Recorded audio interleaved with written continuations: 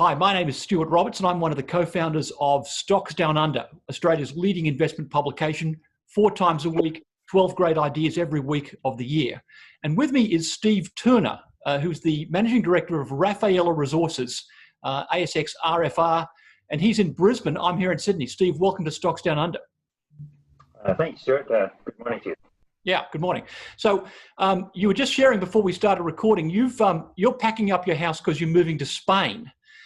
Rafaella Resources is sitting on a potentially quite valuable tungsten and tin resource at a place called Santa Comba in Galicia region of northwestern Spain. Talk to us about how Rafaella got hold of that project and what your near-term plans are.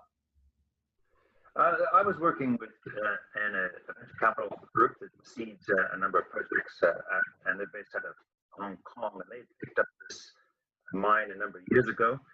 It had been in administration, it had been owned by a Spanish construction company that had gone into administration because of the construction business, not because of the mine. They'd invested quite a lot of money into the infrastructure, and Starboard Global came along, looked at it, saw the metrics, really liked it, along with some Spanish partners based out of Galicia. They picked it up. I met with Starboard Global around 2016. They were completing a scoping study following a small drilling program. It looked really, really interesting, and we can come on to why that is. And I agreed to work with them to find a home.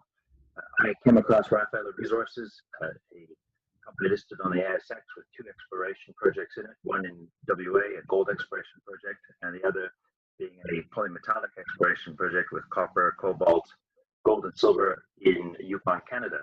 And they had a fairly healthy cash balance, and we came together and a marriage was made in August of last year. And the project Santa Comba was vended into Rafaella Resources and became the flagship of Rafaella Resources going forward. And we raised $2.6 million at the time, brought in a very important strategic investor in the form of Transamine Trading, which is the oldest private commodity trader in the world, based out of Geneva. They came in because they liked the project and liked what they saw. And since then, we've been very active promoting and developing Santa Comba. Yeah, so what impressed me about Santa Comba was the speed with which you can move. So you're at the moment working on a potential resource upgrade at Santa Comba, and later this year a feasibility study. Now, if the economics of Santa Comba stack up, you can be talking about processing first ore sometime in 2021, because a lot of the work's already been done for you by your predecessors. That's right. So when we launched the new Rafaella Resources in August, when we went out to investors, what we stressed was that we're going to fast track Santa Comba. And like any company, we have to establish a track record. And I think we've done a good job in that. We went out and said, this is our flagship project. We're going to focus a lot on this project and accelerate it as quickly as possible. So the deal closed on the 27th of August. And by the 3rd of September, we had our first local drilling contractor signed up. Drilling started by the 16th of September. By November, we had 5 drill rigs on site. And on March the 5th, we completed that drilling program.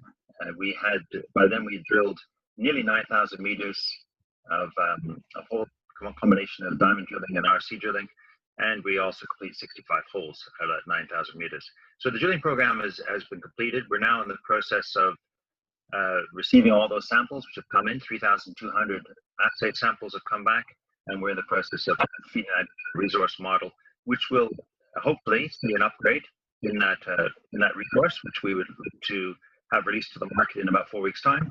And also the inputs of this model are going to go into furthering the feasibility study, which is actively underway. So we've engaged Tomra ore sorting out of Germany that has already completed several stages of tests on the ore, and so far indications are that it discriminates very well between the ore and the waste.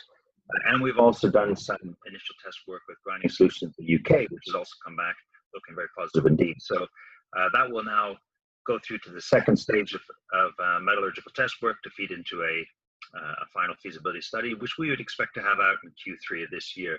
As soon as that is done, the idea is to go out and raise the capital required for the development, which we expect to be low. And the reason for that is, as you mentioned, there's significant infrastructure in place. We have a largely completed process plant. We have sealed roads to site. We've got grid power. We've got already a tailing storage facility. There's an open pit at site already, so the ore is already exposed. So really, there's very, very little large ticket items to spend. We're really talking about finishing off a process plant, putting electrics in, putting pumps in, and away we go. And Spain as a country has a long mining history, and obviously you're permitted for a long time at Santa Comba, and the fiscal terms are quite reasonable by the sounds of it. Yeah, they removed any royalties to encourage mining. It is obviously it's a country that has a very long history in mining. It dates back to the Romans, so it's got a number of big mines in Spain and new mines that are coming on. In fact, two of the most recent tungsten mines in the world are in the process of being commissioned: La Paria and Barco, which are both in Spain. So we would expect to be the next tungsten mine into production there. So there is a history of mining there. We're in Galicia, which is generally a pro-mining region as well. And as you mentioned, we are permitted. So we're permitted out to 2068 for partially on the open pit, which covers the existing open pit operations that are there, being run by an aggregate quarry miner. And then we also have full permitting for the underground out to 2068 and for our processing plant also to 2068. Sure. Now, for all this, I was astounded to see that your market cap had dropped to a mere $4.6 million at yesterday's close, which is the 8th of April. Now, you were holding 3.4 million cash. So I don't just need a magnifying glass to see your market cap. I need a microscope at the moment. You've been reaching lows. Look, obviously, there's strange times with the COVID-19, and a lot of the junior miners have suffered as a consequence. Our share price is right down. And look, I think it's important to note that, just in the last 10 days, the directors have been actively buying.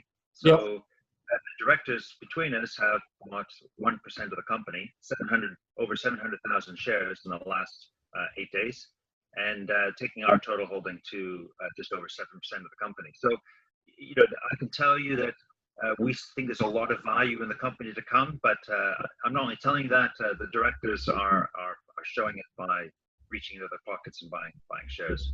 Sure. Well, Steve, a very impressive story, as they say in Mexico, arriba, arriba.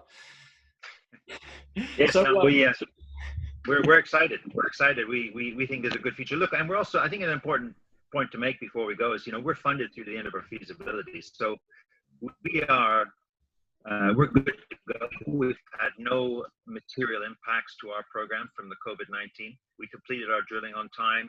We've got our sampling coming in. A lot of the work is being done remotely. So we see our feasibility study still being on track for in Q3. And so we're good to go. Obviously, no one can see very far with COVID-19 what that impact might be when it comes through to development. But as of now, we're on track. And so, we see a lot of value to come to shareholders. And, we're very excited about the project. Sure. Well, I'm excited too. So good luck. Thank you very much. Thank you for your time.